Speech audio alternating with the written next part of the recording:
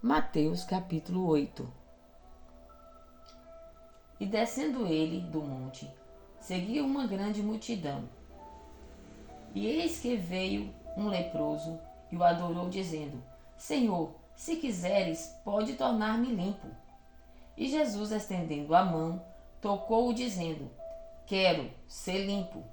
E logo ficou purificado da lepra.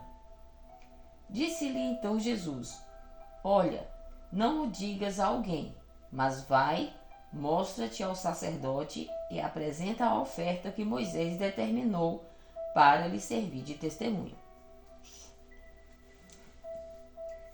E entrando Jesus em Cafarnaum, chegou junto dele um centurião, rogando-lhe e dizendo: Senhor, o meu criado jaz em casa paralítico e violentamente atormentado.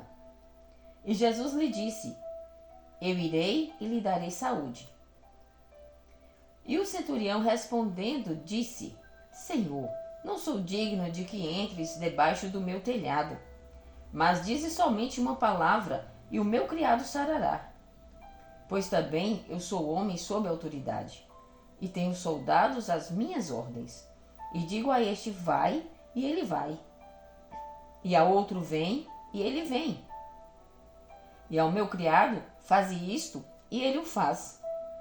E maravilhou-se Jesus ouvindo isso, e disse aos que o seguiam: Em verdade vos digo, que nem mesmo em Israel encontrei tanta fé. Mas eu vos digo, que muitos virão do Oriente e do Ocidente, e assentar-se-ão à mesa com Abraão, e Isaque e Jacó no reino dos céus. E os filhos do reino serão lançados nas trevas exteriores. Ali haverá pranto e ranger de dentes.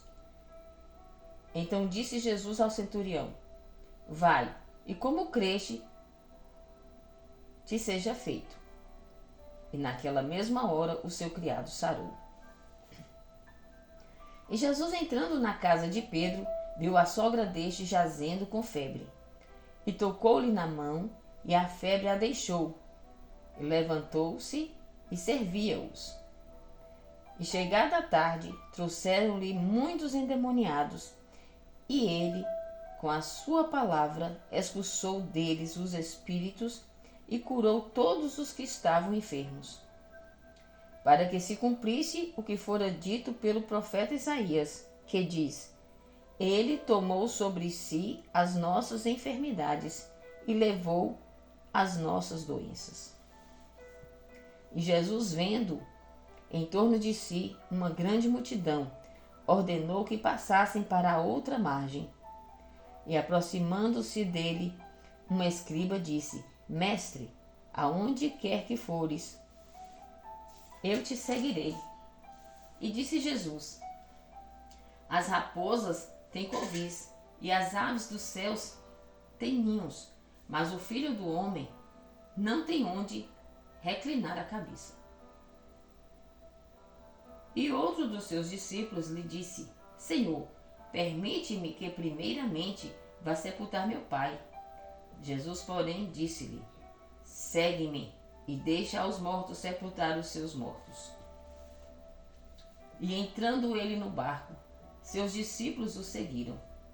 E eis que no mar se levantou uma tempestade tão grande que o barco era coberto pelas ondas. Ele, porém, estava dormindo.